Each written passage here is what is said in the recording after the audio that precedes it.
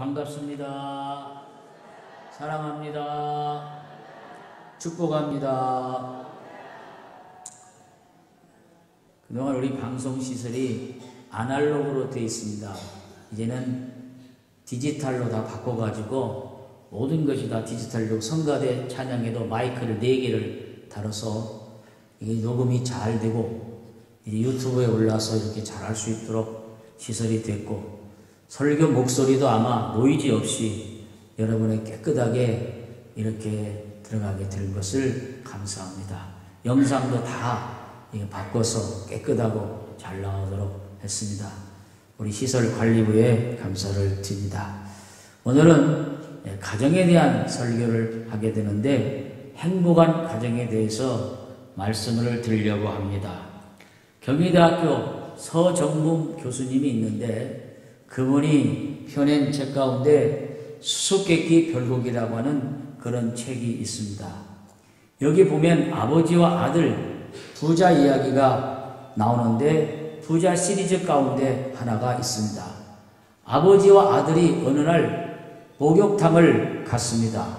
아버지가 목욕탕에 들어가면서 "아, 시원하다. 너도 어서 들어와라." 그러니까 아들이 "아버지, 정말 시원해요? 그럼 너무너무 시원해. 어서 들어와라." 아들이 욕탕에 들어갔더니 물이 너무 뜨거워 도로 뛰어나오며 말했습니다.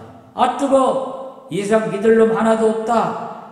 그러자 아버지가 화가 나서 아들을 때리려고 하니까 "때려라, 때려. 아들, 네 아들 죽지 내 아들 죽냐?" 그랬습니다. 목욕 후에 아버지가 아들을 배고플 것이라 생각해가지고 빵 5개를 사가지고 아들한테 2개를 주고 자기는 3개를 먹었습니다. 아버지가 아들에게 말했습니다. "이제 배부르냐?" 그러니까 아들이 2개 먹고 배부르면 3개 먹은 놈은 배 터져 죽겠네. 그랬습니다. 화가 난 아버지가 집에 돌아와 매를 들서 떼려고 했습니다. 그때 어머니가 말렸습니다. 그러니까 아들이 "어머니, 가만둬요. 지 새끼를 지가 때리는데 누가 말려." 그랬다고 합니다. 우리 성도들 가정에는 이런 가정이 없겠지요. 5월은 가정의 달입니다. 어린이날이 있고 어버이날이 있고 스승의 날이 있고 내일 모레는 부부의 날이라고 하고 온통 가정에 대한 것이 이 5월달에 다 있습니다. 가정이라는 것을 영어로 보면 패밀리인데, 패밀리, father and mother 이렇게 되어 있어요.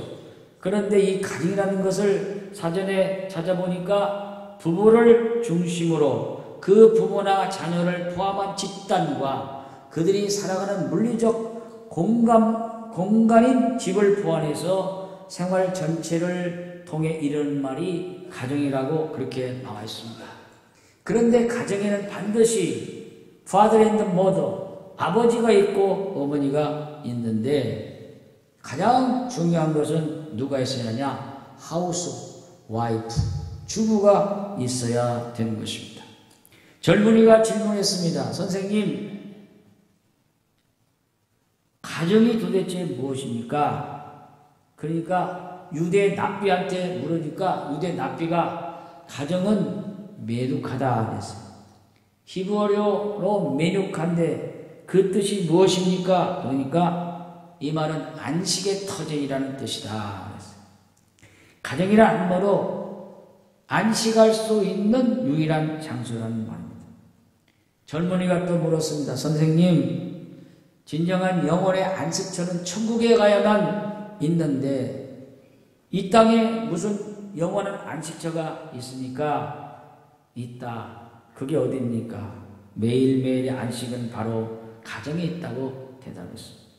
그러면 선생님, 그 가정이 그렇게 중요하고 가정이 우리 삶에 참된 안식을 줄 수 있는 곳이라면 가정의 안식을 누릴 수 있는 조건이 있다면 하나만 말씀해 주십시오. 그러니까 납비가 대답했습니다. 그것은 헤세드다.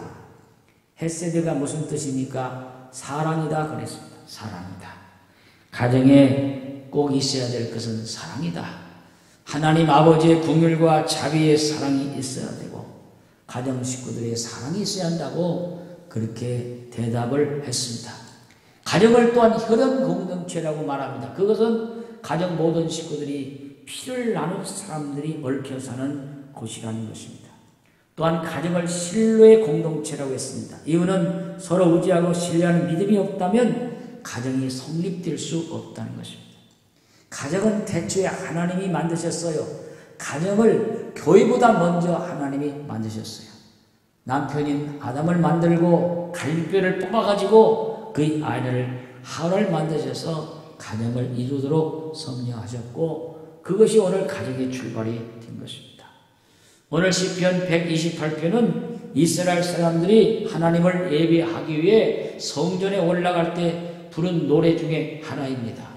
이 노래 배경은 가족들이 함께 성전을 향해 올라가는 모습을 애찬하면서 그 가정에 임하는 하나님의 축복과 은총이 어떤 것인가를 노래하고 있습니다. 오늘 본문에는 행복한 가정의 조건이 나옵니다. 행복한 가정의 조건이 무엇인가? 첫째로 행복한 가정은 하나님을 경외하는 가정이라는 것입니다. 우리 정슬빛 청년이 아주 예쁘게 잘 읽었는데 시편 128편 1절을 같이 한번 다시 보겠습니다. 시작. 여호와를 경외하며 그의 길에 걷는 자마다 복이 있도다.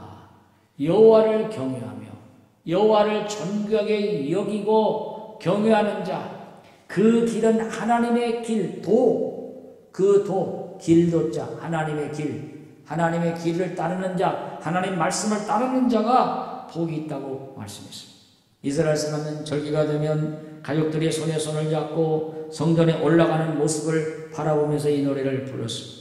가정이 행복하게 되는 첫째 비결은 온 가정이 하나님을 경외하는 가정이라는 것입니다. 주일이면 가족들이 함께 교회에 나와 하나님을 예배하고 섬기는 것입니다. 사도행전 10장 2절에 보면 고넬료의 가정이 나옵니다. 그 가정은 사도 베드로가 오기 전부터 온 가족이 경건하여 온 집으로 더불어 하나님을 경외했다고 했어요. 미국에는 1950년대에 이런 가정이 많았어요. 주일이면 정장하는 가족들이 함께 차를 타고 교회로 몰아들었습니다. 가정의 신성함과 신앙이 절정에 달했던 때였습니다. 1950년대 미국은 전 세계 선교사를 가장 많이 파송한 나라, 정치, 경제 영향력으로 참으로 안정된 세계 으뜸가는 나라가 되었어요. 그다음 1960년 공화당 정권을 물리치고 민주당 후보였던 케네디가 아이젠하워를 뒤돌려 대통령이 되었습니다. 그런데 케네디 대통령은 전통적으로 실시해 오던 공립학교에서 기도와 성경 과목을 자율화하는 명목으로 금지를 시켰습니다. 아침마다 기도로 시작했던 학교에서 기도를 없애버렸습니다. 그리고 모든 학교에서 성경 과목을 밀어내 버렸습니다. 그때부터 미국은 비틀거리기 시작했습니다.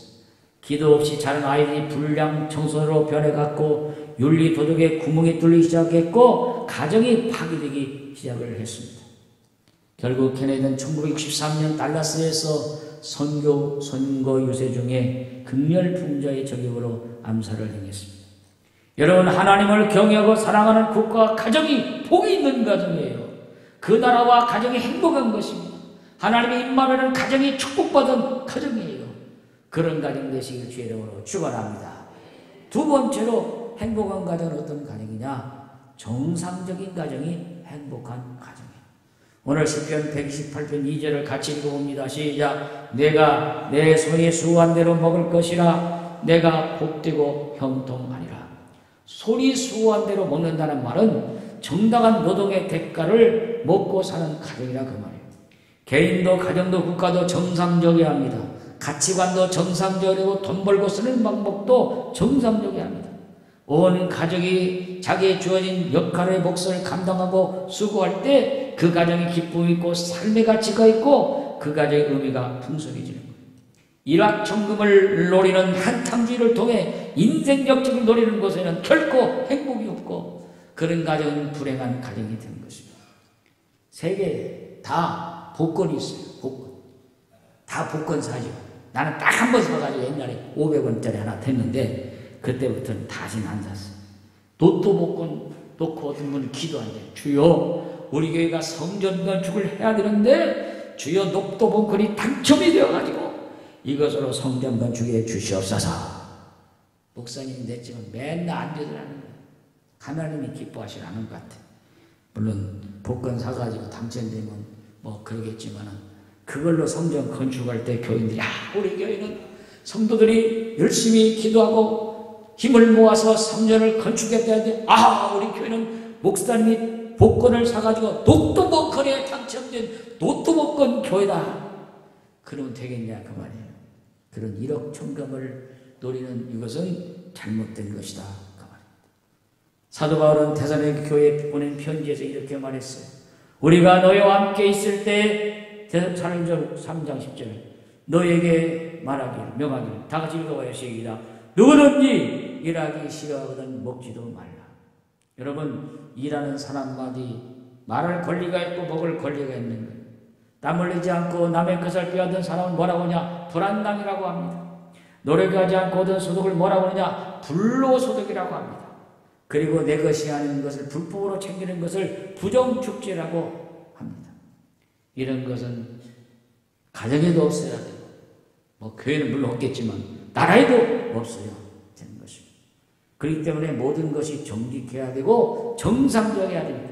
사업도 정상으로 해야 되고 정치도 경제도 구조도 윤리 생활도 다 정상해야 됩니다. 우리가 뭘 먹는데 남이 좋다고 해서 무조건 먹으면 안 되는 거예요. 무조건. 어떤 사람이 3년 동안 살모사를 300마리를 먹었대요. 징그럽네 징그러. 그랬더니 뱀독이 올라가지고 죽었다는 거야. 내가 아는 목사님이 동남아시아를 가가지고 뭘 먹었어. 아주 뭘 먹었어. 내가 말을 못하겠어. 그러니까 그걸 삶아가지고 그냥 또렇게 나온 국물을 마셨는데 꼭 닭국물 같아요. 꼭 닭끓임물 같아요. 먹어서 어때요?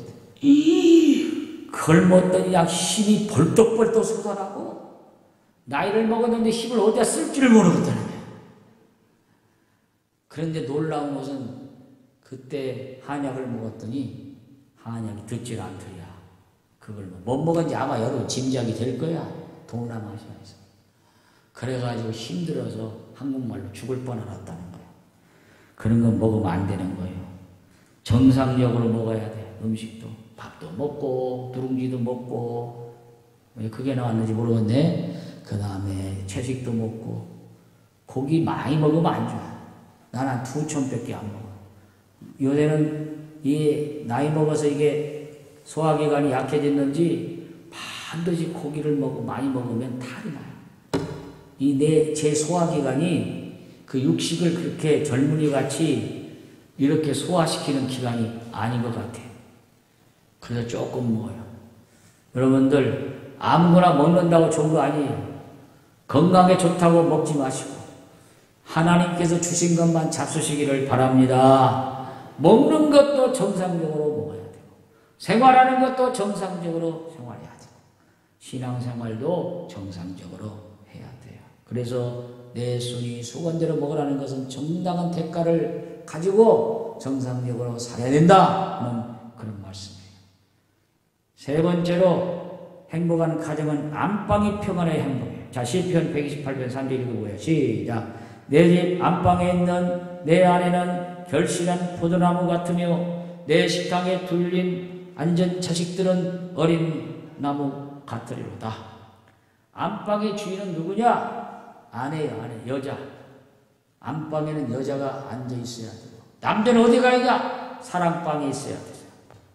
그렇다고 맨날 그렇게 있으면 안 되고 같이 있어야 된다. 하여튼 안집의 주인, 내실의 주인은 하우스와이프, 바로 이제 여자입니다. 여자. 그래서 그 여자는 결실한 포도나무 같다. 이 말은 안방이 평안해야 가정이 평안해. 주부가 평안해야 가정이 평안해. 여자가 있어야 가정이 평안하다는 거예요. 그 다음에 식탁에 둘린 자식들은 감람나무 같다. 감람나무는 신선함과 활력과 건강과 유쾌함을 주는 상징으로 말하는 거예요. 어린아이들이 식탁에 둘러앉았을 때 활기가 있고 힘이 있고 유쾌한 그런 가정이 되어야 돼요. 엊그저께 금성 장례식장 회장님이 카톡을 보내왔어요. 사진을 잔뜩 넣어갖고. 그래서 본가 했더니 장례식장을 전부 원탁 테이블로 바꿨다 하는 거예요. 그래가지고 목사님 한번 구경 오세요, 놀러 오세요. 그래서 사람이 죽어야 구경 가지. 그렇게 쓸라도 안 썼어요. 요새는 다 식당마다 바닥에 앉는 일이 없어요. 전부 다 식탁을 닫는 몇 년 전에 대만에서 목사님들이 오셨는데 가까운데 바닥에 앉는데 모시고 왔더니 다 못 앉겠다고 쪼그리고 앉아요. 그래서 왜 그래요? 그랬더니 우리나라는 바닥에 쪼그리고 앉지 않는데 다 식탁에 앉아. 그래가지고 그 사람이 어떻게 음식 좀 옮길 수 없어가지고 빨래할 때 앉는 거 있잖아요. 작은 의자. 그걸 갖다 주지 거기 앉고 그거 없으니까 전부 다 쪼그리고 앉아서 밥을 먹어서 외국 사람들한테는 절대 바닥에 앉아서 먹으면 안 되겠다. 그 나라의 문화와 습관이에요. 그런데 우리나라도 이제 식당마다 다 그렇게 바꿔지는가 봐요. 그래가지고 장례식장도 바뀌었다고 저한테 카톡을 보내왔어요. 나이 어린 아이들은 식탁에 둘린 감람나무 같다. 어린 자식들. 어린 감람나무가 원 감람나무로부터 생명력을 부여받았다는 것을 말합니다. 이것은 부모와 자식과의 유대관계를 말하는 겁니다. 자식은 여호와의 주신 기업이요 상급이라고 했습니다. 자녀들이 하나님을 경외하고 부모님들과 좋은 관계들을 맺고 주의 교훈과 훈계로 양육받을 때 행복한 가정이 될 수 있습니다. 지금은요, 가족 식구들이 같이 앉아가지고 오손도손 대화하고 밥 먹지를 못해요. 남편은 일찍 직장에 나가요. 여자들은 직장 가는 분도 있지만 직장 가는 분은 뭐 하는가 모르지만 하여튼 화장하고 어디론가 출근을 해요. 그래가지고 갔다 오고 아이들은 학교 가고 또 큰 자식들은 직장 가고 언제 집에서 같이 앉아 밥 먹는 시간이 별로 없어요. 그냥 하숙집 같다. 하숙집. 한번 여러분 집을 생각해봐요. 하숙집 같다. 또 집에 돌아와서 대화를 해야 되는데 텔레비전 켜고 드라마를 보고 남자는 스포츠를 보고 가족이 대화가 끊어지고 말았어요. 같이 앉아 가정 예배 드리는 것은 옛날이고 참 여러 가지 복잡한 세상에 우리는 살아가지고 있지 않는가 하는 그런 생각을 합니다. 여자들이 제일 싫어하는 남편은 삼식이라고 해요. 삼식. 새끼를 다 집에 와서 해달라는 사람은 간이 큰 남자. 간 큰 남자. 옛날에는 그랬지만 지금은 안 그래요. 내가 중국을 갔더니 아파트 말고 단독주택에 부엌을 가보니까 아궁이도 있고 솥이 걸렸는데 불을 땐 흔적이 없어요. 그래서 물어봤어. 왜 그렇게 부뚜막도 있고 아궁이도 있는데 밥을 안 해먹느냐? 그랬더니 밥 해먹을 필요가 없고 할 수가 없다. 그래서 왜 그러냐? 그러니까 다 일찍 출근해가지고 가다가 버스 정류장이나 지하철에 가면 샌드위치도 팔고 우유도 팔고 김밥 같은 거 파는데 우리나라 돈은 한 줄에 1,000원이나 2,000원만 되면 다 사먹으니까 언제 집에서 아침밥 안 먹고 간다는 거야. 그래서 아침 사 먹고 직장 가서 점심 먹고 저녁에도 먹고 들어오고 집에서 먹을 시간이 없다니. 중국에 사는 여자들 좋겠네. 밥도 안 해 먹고. 중국은요 여자들보다 남자들이 밥을 먹어요. 중국으로 시집 가시기를 바랍니다. 중국은 그래. 남자들이 밥을 해. 여자들은 별로 안 해. 오늘 이 중국의 문화와 이런 것들이 한국에도 와 있고 전 세계에도 다 와 있어요. 그 나같이 60이 넘은 사람들은 꼬박꼬박 밥을 해줘야 돼. 그러니까 옛날 사람들이 요새는 안 그래요. 우리 사모님이 얘기해서 집에서 절대 집 얘기 하지 말라는 나도 모르게 또 나오면 어쩔 수 없이. 우리 막내가 우리 집에 있을 때는 엄마 안 도와줬어요. 그래가지고 엄마가 밥에 먹고 설거지 다 했는데 애가 명절에 왔어. 지 부인하고 오니까 설거지 하니까 지가 먼저 가갖고 막 닦고 청거죠. 그래. 나중에 우리 사모님이 하는 말이 내가 조금 시험에 들었다는 거예요. 왜 그러냐니까 나 있을 때는 설거지도 안 하는 놈이 지 부인이 설거지 하려면 얼른 달라들어가지고 먼저 설거지를 하더라네. 그래서 엄마와 자식보다 부관이 더 가까운 거요. 그럼 나보고 하라는 거요, 못 하라는 거요. 아들을 보고 배우라! 그 말인가? 나는 별로 안 해. 그리고 우리 같은 사람은 빨리 도태돼야 될 그런 사람이 아닌가, 가정에서. 저 혼자 그런 생각을 했어요. 나도 해야 되는데. 사랑하는 여러분, 시대가 바뀌고 모든 것이 바꿔지는 문화 습관 속에서 우리가 살아가지만 우리 가정만 오손도손 둘러앉아서 밥도 먹고 대화도 나누는 그런 가정. 정말 안방에 있는 내시에 있는 아내가 행복하고 평안하고 식탁에 둘린 자녀들이 어린 감람나무 같으리라는 이 말씀은 그림같이 가정의 행복과 가정의 오손도손 모이는 그것을 그린 거예요. 그림처럼 모인 거예요. 오늘 여러분의 가정이 그런 가정 되기를 축복합니다. 외로움 룩급에 사는 여성은 그렇지 않은 여성보다 유방암이나 난소암이나 자궁암 걸릴률이 3.5배가 높다고 했습니다. 남자의 경우 아내 사랑을 받지 못하는 사람은 5년 내 협심증에 걸릴 비율이 50% 높다고 했습니다. 다른 사람의 사랑을 받고 있는 심장병 환자에 비해 사랑받지 못하는 심장병 환자는 동맥장애에 걸릴 확률이 50% 높다고 했습니다. 그래서 오신이라는 박사는 사람의 마음을 여는 것이 가슴을 절개하는 것보다 바람직하다고 말했습니다. 모든 외로움은 만병의 직간접 원인이라고 했어요. 그러면 최고의 약이 뭐냐? 따라서 사랑이, 사랑하는 것만이 최고의 보약입니다. 사랑받는 여자들 얼굴이 환하잖아요. 사랑받으면 좋아요. 사랑이 떠날 때 얼굴이 그늘이지고 그렇습니다. 우리 예수님의 사랑 많이 받으시기를 바랍니다. 가족 간에서 서로 사랑하시기를 바랍니다. 이게 행복한 가정이에요. 마지막으로 예루살렘 성전을 바라보는 자가 가정이 행복해요. 자, 오늘 본문 128편 5절 6절 같이 한번 읽어보겠어요. 시작. 여호와께서 시온에서 내게 복을 주실지어다. 너는 평생에 예루살렘의 본영을 보며 내 자식의 자식을 볼지어다. 이스라엘에 평강이 있을지어다. 여러분, 예루살렘은 이스라엘의 수도예요. 수도. 그곳에 성전이 있습니다. 이스라엘 백성들은 명절에 한 번 성전에 올라갔고 성전에 예루살렘은 거룩한 홀리 시티라고 불렀어요. 이 말은 성전을 사모하는 가정, 신령한 복을 갈망하는 가정이 행복하다는 거예요. 주님은 온 가정이 교회로 나와 예배드리는 신령한 복을 받는 가정이 행복하다. 지금 우리의 가정들이 경제적 위기와 질병의 위기와 도덕적 위협의 도적을 받고 있어요. 점점 삼각대가 가면 흔들리고 있습니다. 이런 때 행복한 가정이 만들기 위해서 하나님 중심의 가정이 되어야 돼요. 성전 중심의 가정이 되어야 돼요. 성전을 사모하고 신령한 축복을 받아요. 그래야 우리의 가정이 기쁘고 찬송이 넘치고 기도가 넘치고 정말 주님이 기뻐하시는 행복한 나원의 가정 되기를 축복합니다. 오래됐지만 세계에서 최고로 애창곡이 있다면 그건 홈 스위트 홈이라는 노래입니다. 이 노래는 1823년 영국의 헨리 비숍이라는 분이 작곡을 했는데 이 노래가 유행이 된 것은 영국이 아니라 미국입니다. 미국의 극작가이며 기자요 문의로 활동했던 존 하워드 페이라는 사람이 여기다 가사를 붙여가지고 이것을 미국에 퍼뜨렸어요. 미국 남북전쟁 당시 가장 치열했던 전투가 북부 연합군 1만 2천 명과 남부 동맹군 5천 명이 사상되는 1892년 버지니아의 네핏 한옥 리버라는 전투였어요.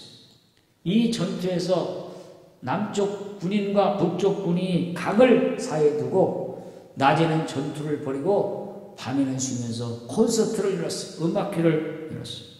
어느 날 밤 북군의 군악대가 홈 스위트 홈이라는 이런 노래를 연주했습니다. 이 노래의 멜로디가 강바람을 타고 남쪽으로 울려 퍼졌는데 남쪽에 있던 남군인들이 저게 무슨 노래가 너무나 좋다. 들어보니 고향 생각이 나고 들어보니 그리움에 정말 힘들다. 즐거운 곳에서는 날 오라 하여도 내 쉴 곳은 작은 집 내 집뿐이래. 이 노래도 이렇게 불렀어요. 그래가지고 이제 상대방이 적이라는 것을 다 잊어버리고 강가로 나왔습니다. 손을 흔들며 우리는 적군이 아니다. 그러면서 이런 노래를 같이 강을 이제 경계도 같이 노래를 불렀고, 또 어떤 사람은 건너가서 얼싸안고 모자를 하늘 높이 올리며 환호하며 노래를 불렀습니다. 이 노래를 부른 동안은 24시간 동안 전쟁을 하지 않았다고 합니다.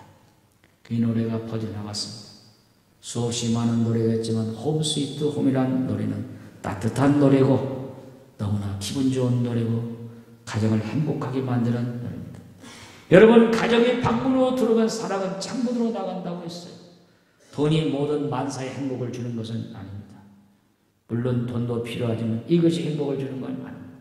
가정을 이루는 것은 값비싼 가구나 소파가 장롱과 침대가 아니라 거기에 있는 따뜻한 어머니의 미소와 손길입니다.